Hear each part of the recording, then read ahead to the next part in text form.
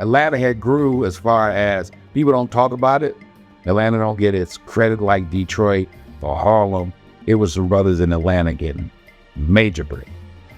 Major bread. Before Atlanta became one of America's fastest growing cities, it was one of America's crime capitals. In fact, when the alley quarry fight went down in 1970, Atlanta was outpacing Detroit as America's murder city. In its best years of black political and economic power were yet to come, Atlanta was just a small, rough, dangerous town. This metropolis is known for its aggressiveness in race relations, education, financial stability. They call it the world's next great city. But the blight on all of this is another achievement. Atlanta has one of the highest homicide rates for a city its size in the nation. If you check the police reports in most major cities, you will find that a higher percentage of physical violent offenses are committed by blacks against blacks. This program is about black-on-black killings.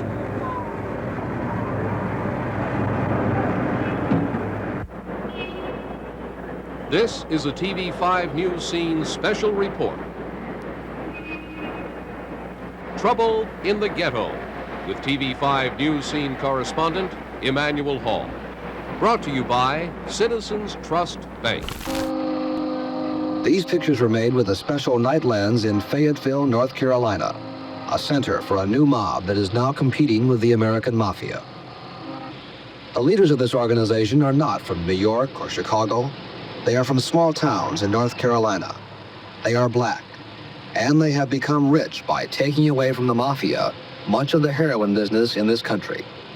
Atlanta had become, when you talk to the OGs from Atlanta, Atlanta had become, with its proximity to Fort Bragg. This is the way much of this new mob's heroin arrives in this country, in planes like this one, an Air Force jet carrying military cargo.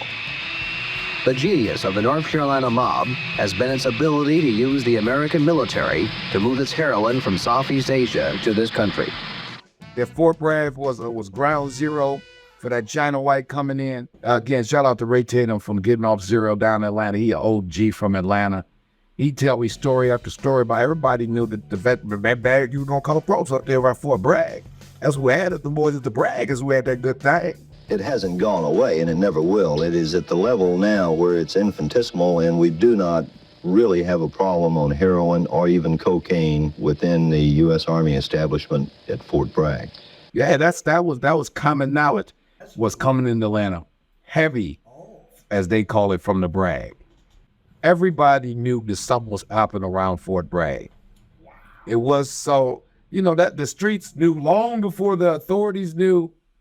But they so carried away with all this pure dope, it ain't screwed up like the Italians give it to the black guy. In one recent case, a civilian connected with this mob was arrested on the runway of an airbase in uniform with a set of official travel orders and a package of heroin. And they so screwed up with it and everything, they just left the man and going with the dope. Calling their boss and let him come down and see all this. First person I heard the story from is a guy and his wife known as Mickey Beckworth, Frank Matthews' chief lieutenant. Mickey Beckwith was one of Frank Matthews' right-hand men. In fact, in the indictment of 1975, it said he was the number 2 guy in the Frank Matthews organization, and he was at the alley quarry fight that night, along with many of other Matthews' other associates from around the country. And he was planning to go to the after party at Chicken Man's house. Now, Mickey Beckwith became close friends with Courtney Brown Sr. in the late 1970s when they were both locked up at the Atlanta United States Penitentiary. I think things have slowed down a little bit for Mickey and his regular people. So when he reached out to Pop was like, come to Detroit and holler at me. I'm working good right now. And Posse came to see him to shoot a move, and because Mickey was doing work up in Albany and Rochester, New York. It was recited to my old man. And he had told Courtney Brown Jr. about the events in the big heist fight night back in the early 90s when Courtney Brown dad was getting as they call it, the Pakistani plug. They had a huge run in the 90s, and Mickey Beckwith actually was getting the bag from Detroit, and he had operation going on in upstate New York, Albany, and Rochester. So Courtney's been hearing about this story for years. He also, fortunately, like the other person I heard the story from, both got sidetracked from actually attending the party. I think both got distracted by some pretty women, who in this case saved on a very bad night. All these heavy hitters is down here. They go into this after-hour joint, and Mickey say it's Hustler's nightmare. In the hours after the fight, an event as infamous as the Ali Quarry fight was famous occurred at a small house in Atlanta. It was a big stick-up of a giant illegal after-hours after party planned for the big wigs, the underworld bosses that had come down to Atlanta at the home of a guy named Gordon Chicken Man Williams, and it was at his own house. And after that big fight, here on Hander Drive, a robbery took place that occurred at the time of a party. From that robbery, headlines were made all over the world about the robbery itself. Just like the scene in Bill Cosby's Ode to Blaxploitation, Uptown Saturday Night, a group of shotgun-toting masked robbers hit the place. But in real life, they got to the party before it even started, bursting in on the women who were preparing the food and getting the house ready for the party. And they laid in wait and premeditated, as they say. As each guest showed up, they were made to strip from their clothes. They were relieved of any cash and jewelry and, of course, firearms.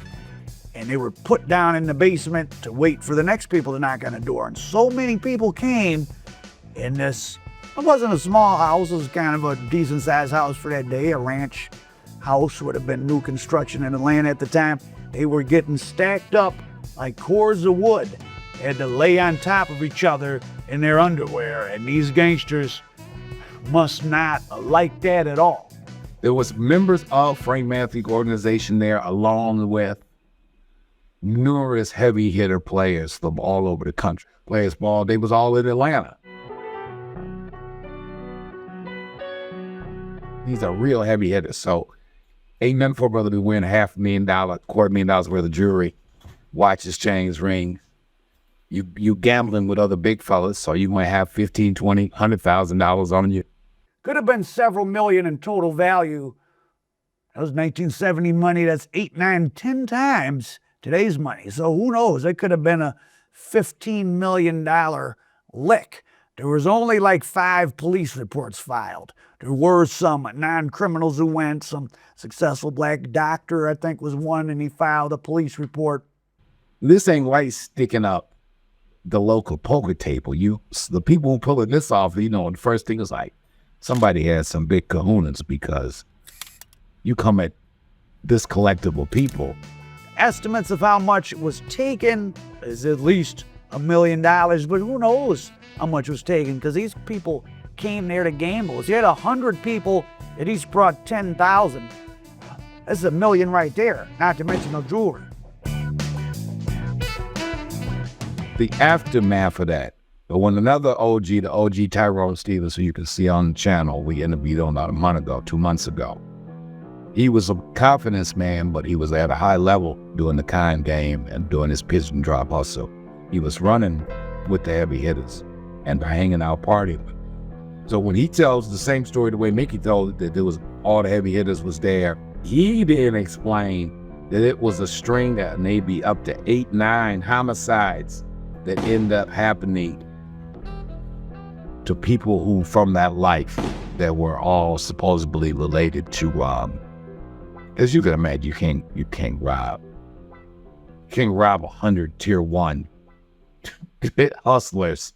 Atlanta, which was now on the map as a major black cultural center after Ali Quarry, even though there was that robbery in 70, Frank Matthews used it in 71 to have a real summit specifically to discuss the dope business and to tell all the major dealers that they weren't going to have to deal with the Italians anymore, because he was in the process of securing a large and permanent pipeline of his own, which really would have marked a true black mafia like the Italians in the sense you could have, hey, I'm from Detroit, there's someone in Chicago or Cleveland or Akron, Ohio, or North Carolina that I can call on to help me out and settle disputes, and we all work together and we operate away from the Italians. That was Frank Matthews' dream, at least.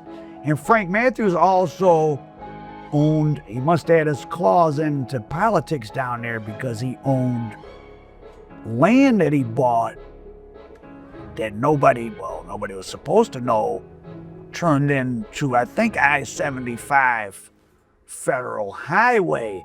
So Frank Matthews would have been a millionaire legally just from that land deal, but of course he got indicted and disappeared first. So Atlanta was the center of a lot of big gangster action, including that of Frank Matthews, who had a summit there and owned a lot of land there. Someone in the state government must have gave him the heads up of what was going to happen. Frank Matthews at that time, I think, was probably under 30 years old, was extremely bright, had good leadership skills, and had convened a meeting of all of the top African-American and Hispanic drug dealers in Atlanta, Georgia, in 1971. And his goal was to unite and form a family where they cut out the Italian Mafia and went right to the source of heroin and brought it in and controlled the distribution. Miami, Baltimore, Philadelphia, and Atlanta, similar information was coming back. Some guy named Matthews was behind the local organizations in those cities. He was in a league of his own, and he was a top, not only an organizer, but a businessman. He saw himself as that. He posed as a real estate developer, which was a front, but he bought a whole series of parcels of land where he was informed the federal highway was going to go in. Had that gone through, he would have been a multi-millionaire just on the real estate. He always had the African Americans involved in the distribution of drugs throughout the inner cities. And in the 70s, it's when African Americans were becoming more prominent in business. The drug dealers wanted to do the same thing. And it just made business sense from that perspective to cut out the middleman, which would have been the Italian Mafia, and go right to the source and import heroin and control the distribution. Let's face it, they couldn't believe that this black guy, was working in 21 states, with this huge network, and people were coming from all over the country to buy dope from him. With the time I had to think now, I wouldn't have did anything but just went on and forgot about it and just figured my laws and their game and let the law handle it in their way. I called the police, but before the police came, and I had went home and got this gun and came back, and we had this shootout, and one of the men got killed. And I'm sorry that it happened that way, but they also tried to kill me in return, because they shot me twice. If we know all we think we do about this black-on-black homicide problem, why can't we do something about it? Or do we really want to? Well, I think society would like to do something about it, but it's going to cost some money. And it's an economic problem, it's an economic situation.